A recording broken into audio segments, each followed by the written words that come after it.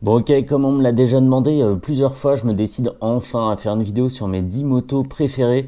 Au moins la prochaine fois qu'on me posera la question, je pourrai renvoyer directement vers cette vidéo, hein, c'est plutôt futé. Je précise que c'est simplement la liste de mes motos préférées, hein, sans aucune hiérarchie, c'est absolument pas un classement, il n'y en a pas une qui est au-dessus des autres, elles ont toutes quelque chose d'intéressant. C'est déjà bien d'avoir réussi à isoler 10 motos sur 331 essayées, hein, je compte pas les scooters, 331 au moment où je filme cette vidéo. En tout cas, je considère aussi cette liste comme les 10 motos à conduire au moins une fois dans sa vie. On va voir que c'est assez hétéroclite, hein, ça rassemble pas mal de types de motos et de types de pratiques. Allez, on commence avec une moto un petit peu mal aimée, c'est la Suzuki GSX-S 750 qui possède un 4 cylindres dont le fonctionnement se rapproche un peu d'un 3 cylindres.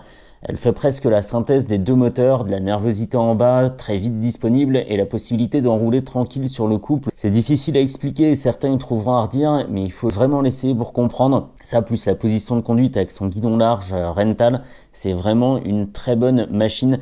Et c'est vraiment dommage qu'elle ait mené une carrière trop discrète à cause de son manque d'image, comme la GSX-S avant elle. Pour ça, Suzuki est pas très douée.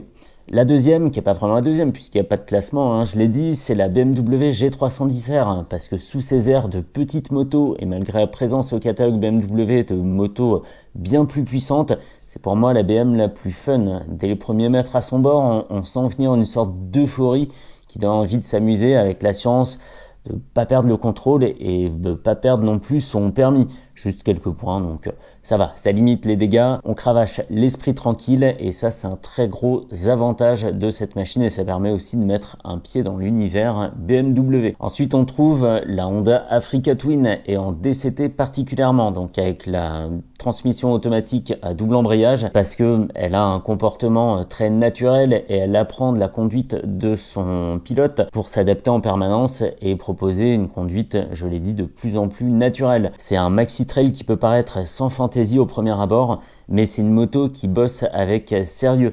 L'autoroute, pas de souci, on choisit son rythme, on met le régulateur et c'est parti, on a juste à attendre d'arriver bien à l'abri derrière le gros réservoir et la bulle.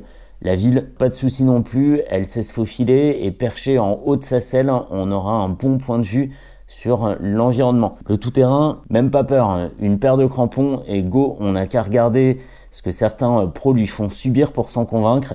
C'est juste dommage que sa hauteur de selle la rende inaccessible pour certains gabarits. Ensuite, j'ai choisi la Ducati 899. C'était la première sportive que je conduisais et quand je me suis assis dessus, je me suis vraiment demandé ce que je faisais là et j'ai hésité à passer mon tour en fait, à laisser tomber, à faire autre chose. Mais j'ai vraiment bien fait parce que c'est une moto que j'adore pour son côté analogique qui offre une vraie connexion avec la machine.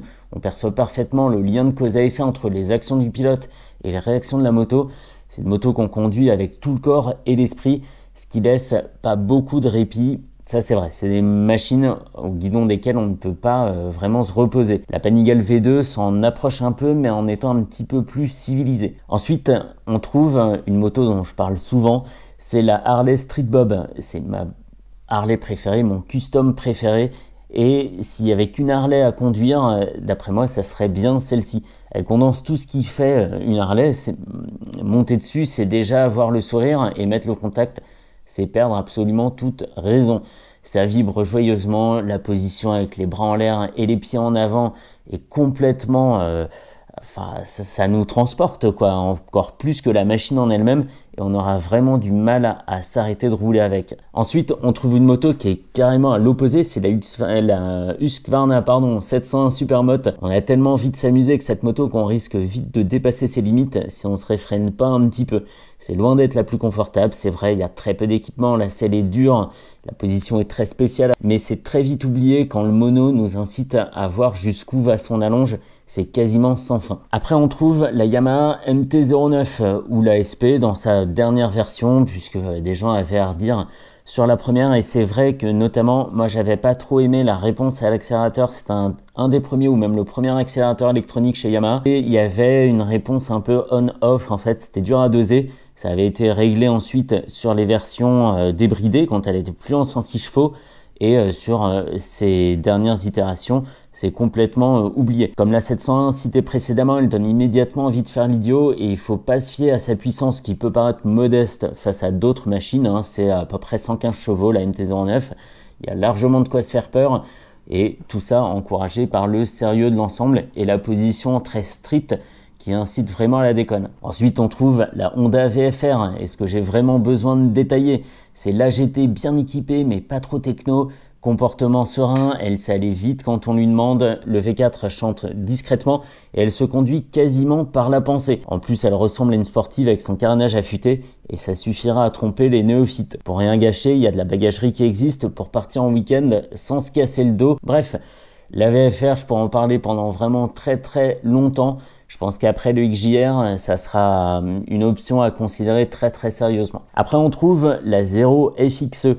Idéal pour découvrir ce que les motos électriques ont à offrir sans se faire peur, comme avec la SRF par exemple ou la SRS. La SRF c'est le Roadster, la SRS c'est la version carénée. Il faudra quand même rester humble pendant les premiers kilomètres avant de pouvoir ouvrir en grand, puisque sur l'électrique, la puissance est disponible instantanément. On n'a pas à attendre d'atteindre un certain régime comme sur le thermique.